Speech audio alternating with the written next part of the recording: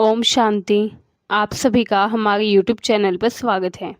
आज इस वीडियो में हम सुनेंगे और पढ़ेंगे 5 मई 2026 की बाबा की मुरली कहानी के रूप में। तो आइए वीडियो को शुरू करते हैं। शुरू करने से पहले अगर आपने अब तक हमारे चैनल को सब्सक्राइब नहीं किया है तो कर लीजिए, ताकि हमारी हर वीडियो की अपडेट आपको टाइम से मिल सके।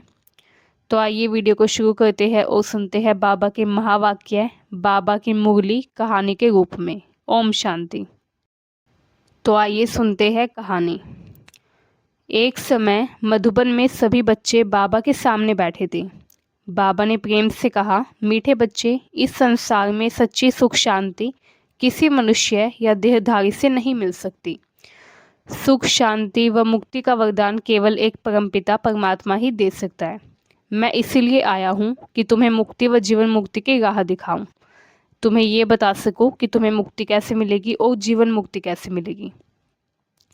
फिर एक बच्चा पूछता है, बाबा हम आपके साथ कैसे चल सकते हैं? वह सतयुग में ऊंचा पद कैसे पा सकते हैं? बाबा मुस्कुराकर कहते हैं, उसके लिए तुम्हें पूरा पवित्र बनना होगा। देह अभिमान छोड़ आत्म अभिमानी बनो तथा सबका संग छोड़कर बुद्धि योग केवल एक मुझ बाप से जोड़ो।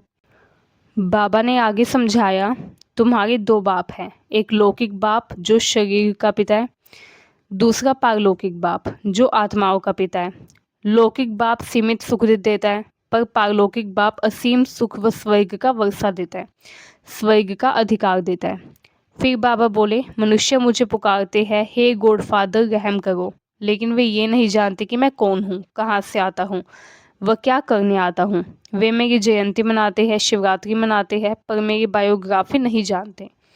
बाबा ने कहा, तुम आत्माएं नयनहीन बन गई हो।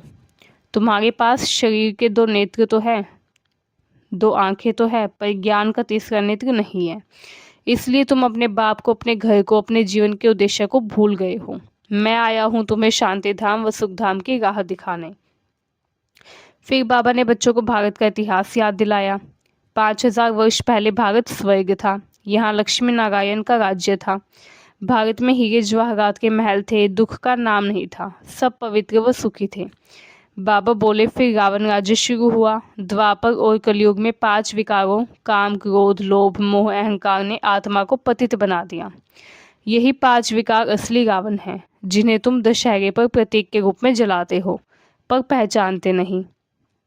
फिर बाबा ने समझाया, आधा कल्प राम राज्य रहता है और आधा कल्प रावण राज्य। राम राज्य में सुख है, पवित्रता है, रावण राज्य में दुख है, अशांति है। बाबा ने बच्चों को 84 जन्मों का रहस्य भी बताया।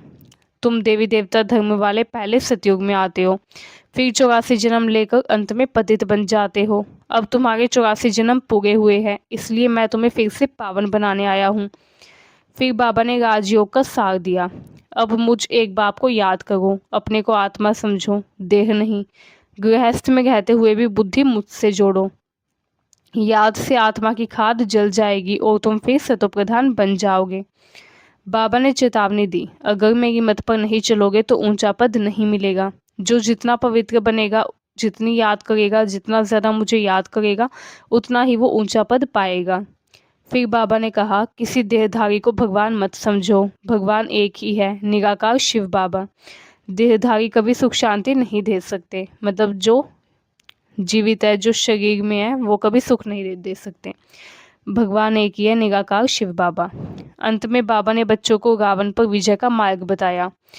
अगर रावण पर जीत पानी है तो 5 विकारों का दान कर दो। संकल्प करो कि हम कभी विकार में नहीं जाएंगे। काम विकार ही मनुष्य को सबसे अधिक पतित बनाता है। सभा समाप्त होने से पहले बाबा ने अंतिम संदेश दिया। बाबा ने कहा, मीठे बच्चे, एक बाप को याद करो, पवित्र बनो और मेरी श्रीमत पर चलो।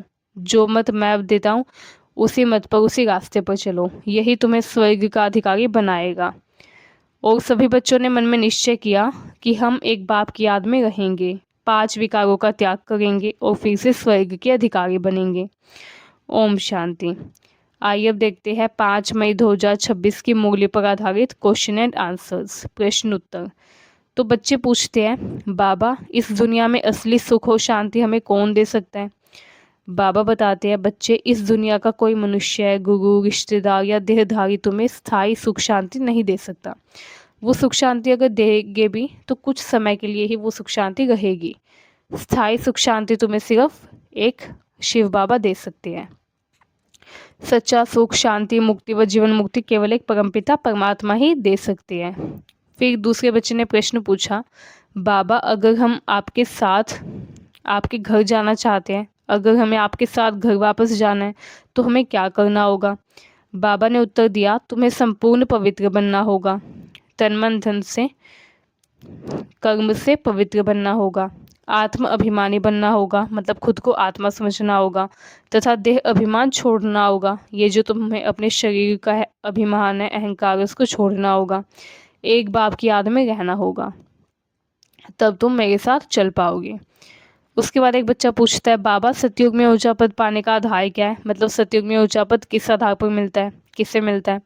तो बाबा बताते हैं, जो जितना श्रीमत पर चलता है, जो जितना अच्छा काम करता है, जितनी अच्छी राह पर चलता है, जितना ज़्यादा पवित्र बनता है, जितनी याद करता है, उतना ही ऊंचा पद पाता है। फिर बाबा से किसी ने पूछा, बाबा हमारे कितने बाप हैं? बाबा ने बताया, तुम्हारे 2 बाप हैं, एक लौकिक बाप जो शरीर का पिता है, दूसरा पारलौकिक बाप जो आत्मा का पिता है। फिर बच्चों ने पूछा, बाबा सबसे महान बाप कौन है और क्यों? बाबा ने उत्तर दिया, पारलौकिक बाप सबसे महान है क्योंकि वही आत्माओं का पिता है तथा वही स्वर्ग का वर्षा भी देता है। फिर बच्चों ने पूछा, बाबा लोग आपको पहचान क्यों नहीं पाते? तो बाबा ने उत्तर दिया, क्योंकि उनके पास ज्ञान का तीसरा नेत्र नहीं है, इसलिए वो नहीं पहचान पाते। वे शरीर से देखते हैं, आत्मा से नहीं। फिर किसी ने पूछा, बाबा तीसरा नेत्र क्या है? तो बाबा ने उत्तर दिया, तीसरा नेत्र ज्ञान का नेत्र है, इसी से आत्मा सत्य को पहचानती है। उसके बाद प्रश्न किया गया, बाबा शांति धाम व सुख धाम का रास्ता कौन बताता है? तो बाबा उत्तर देते हैं, सिर्फ एक परमपिता परमात्मा ही शांति धाम और सुख धाम का रास्ता बता सकते हैं। कोई अन्य मनुष्य, कोई अन्य व्यक्ति, कोई अन्य गुरु सदगति नहीं दे सकता। उसके बाद एक बच्चे ने बाबा से पूछा, बाबा क्या भारत सचमुच स्वर्ग था? बाबा ने उत्तर दिया, हाँ बच्चे, 5000 वर्ष पहले भारत स्वर्ग था, यहाँ लक्ष्मी नारायण का राज्य था। फिर बच्चों ने पूछा, बाबा फिर भारत नरक कैसे बना? तो बाबा उत्तर देते हैं कि रावण राज्य शुरू हुआ, 5 विकार आ गए, इनसे आत्मा पतित हो गई तथा भारत स्वर्ग से नरक बन गया। उसके बाद बच्चे पूछते हैं, बाबा असली रावण कौन है? तो बाबा बताते हैं, काम क्रोध लोभ मोह अहंकार, यही असली रावण है। मतलब जो 5 विकार है, यही असली रावण है। फिर बाबा से बच्चे पूछते हैं, बाबा दशहरे पर जो रावण जलाते हैं उसका असली अर्थ क्या है? तो बाबा बताते हैं, वह 5 विकारों को जलाने का प्रतीक है, पर लोग उसका वास्तविक अर्थ नहीं जानते। फिर बच्चे पूछते हैं, बाबा 84 जन्म कौन लेता है? तो बाबा बताते हैं, देवी देवता धर्म वाली आत्माएं 84 जन्मों का चक्र पूरा करती है। फिर बच्चे पूछते हैं, बाबा हम पावन कैसे बनेंगे? तो बाबा बताते हैं, मुझे याद करो, आत्माभिमानी बनो, विकारों का त्याग करो, तभी पावन बनोगे। अंतिम प्रश्न आता है, एक बच्चा पूछता है, बाबा देह अभिमान इतना नुकसान क्यों करता है? तो बाबा बताते हैं, देह अभिमान आत्मा को विकारों में ले जाता है और दुख का कारण बनता है। इस तरीके से देह अभिमान जो है ये क्या करता है, हमारा नुकसान करता है।